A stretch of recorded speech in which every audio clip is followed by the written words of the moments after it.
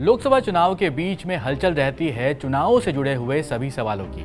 जब हम ग्राउंड पर चुनाव को कवर करने पहुंचते हैं तो लोगों का एक सवाल यह होता है कि अगर हमें कोई भी उम्मीदवार पसंद नहीं है तो क्या करें। इसका जवाब होता है आप अपना विरोध नोटा का बटन दबाकर जता सकते हैं। फिर इसी कड़ी में एक सवाल यह आता है कि किसी लोकसभा क्षेत्र में नोटा जीत गया या फिर ज्यादा उसको वोट मिल जाते हैं तब क्या होगा। अब इसी सवाल के जवाब को हम समझने की कोशिश करते हैं इस वीडियो में। मेरा नाम है सैयद सोबान, आप देख रहे हैं स्विच।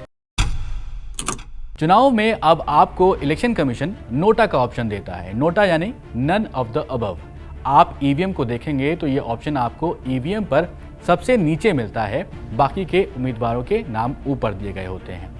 आपको कोई उम्मीदवार पसंद नहीं है तो आप नोटा पर अपना वोट दे सकते हैं। आजकल कई ऐसे उम्मीदवार होते हैं जिनकी छवि साफ नहीं होती है। इस बात का जिक्र आपको कैंडिडेट के नॉमिनेशन फाइल करने के बाद ही पता लग जाता है कि उसके पास कितनी संपत्ति है, उसके क्रिमिनल रिकॉर्ड्स क्या हैं, उसमें क्या कुछ दिया गया है, कौन से केसेस उसके ऊपर चल रहे हैं, वगैरह वगैरह। अक्सर यही वजह होती है कि जनता को कोई भी कैंडिडेट पसंद नहीं आता है।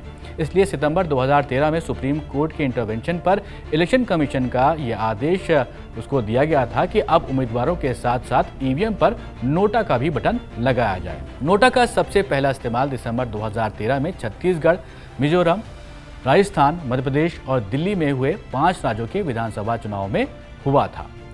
अब एक द हिंदू की रिपोर्ट है जो बताती है कि पिछले 5 सालों में विधानसभा और लोकसभा के जो चुनाव हुए उसमें करीब 1.29 करोड़ लोगों ने नोटा का बटन दबाया था।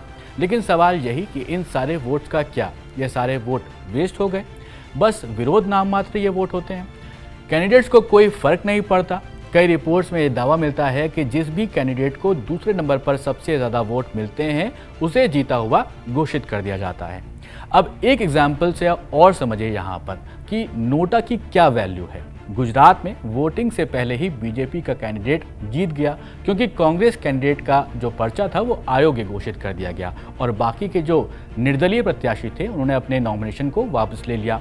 सूरत से बीजेपी के प्रत्याशी मुकेश दलाल थे जो निर्विरोध चुन लिए गए थे। अब आप ये समझिए कि अगर वोटिंग होती तो नोटा का भी ऑप्शन होता, वहाँ भी वोट जाते, हो सकता है कि नोटा पर ज़्यादा वोट पड़ जाते, लेकिन उस केस में भी मुकेश दलाल ही जीत जाते क्योंकि नोटा को मिले हुए वोट इनवैलिड ही हो जाते। वैसे कोई कैंडिडेट निर्विरोध जीतता है तो उसके लिए representation of the people act 1951 के सेक्शन 53(3) में ये पूरा प्रोसीजर बताया गया है। अब इसी मुद्दे पर जाने माने लेखक और मोटिवेशनल स्पीकर शिव खेरा ने एक PIL दाखिल की थी। याचिका में ऐसे नियम को बनाने की मांग की गई थी जिसमें कि कैंडिडेट को नोटा से कम वोट मिलने पर उसे 5 सालों तक किसी भी तरह के चुनाव को लड़ने से रोक दिया जाए, उसके ऊपर प्रतिबंध लगा दिया जाए। इसके अलावा नोटा को एक काल्पनिक उम्मीदवार के तौर पर जगह दी जाए। इस मामले पर सुनवाई CJI DY Chandrachud, justice JB Pardiwala और जस्टिस मनोज मिश्रा की बेंच कर रही थी।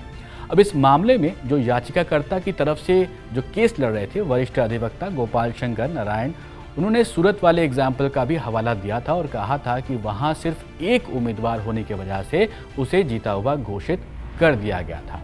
दलील में यह भी कहा गया कि अगर एक ही कैंडिडेट होता है तो भी चुनाव होने चाहिए क्योंकि नोटा का ऑप्शन ऑलरेडी एग्जिस्ट करता है और यहाँ पर नियमों को बदलना चाहिए। खैर, इस मामले पर सुप्रीम कोर्ट ने नोटा को प्रत्याशी मानने और निर्विरोध चुनाव पर रोक लगाने की मांग वाली याचिका पर इलेक्शन कमीशन को नोटिस जारी तो कर दिया है। सुप्रीम कोर्ट ने इस मामले में चुनाव आयोग से जवाब तलब किया हुआ है। अब आप नोटा पर क्या कहना चाहेंगे, ज़रूर हमें कमेंट बॉक्स में बताइएगा। ऐसे ही वीडियोस देखने के लिए कीप वॉचिंग स्विच।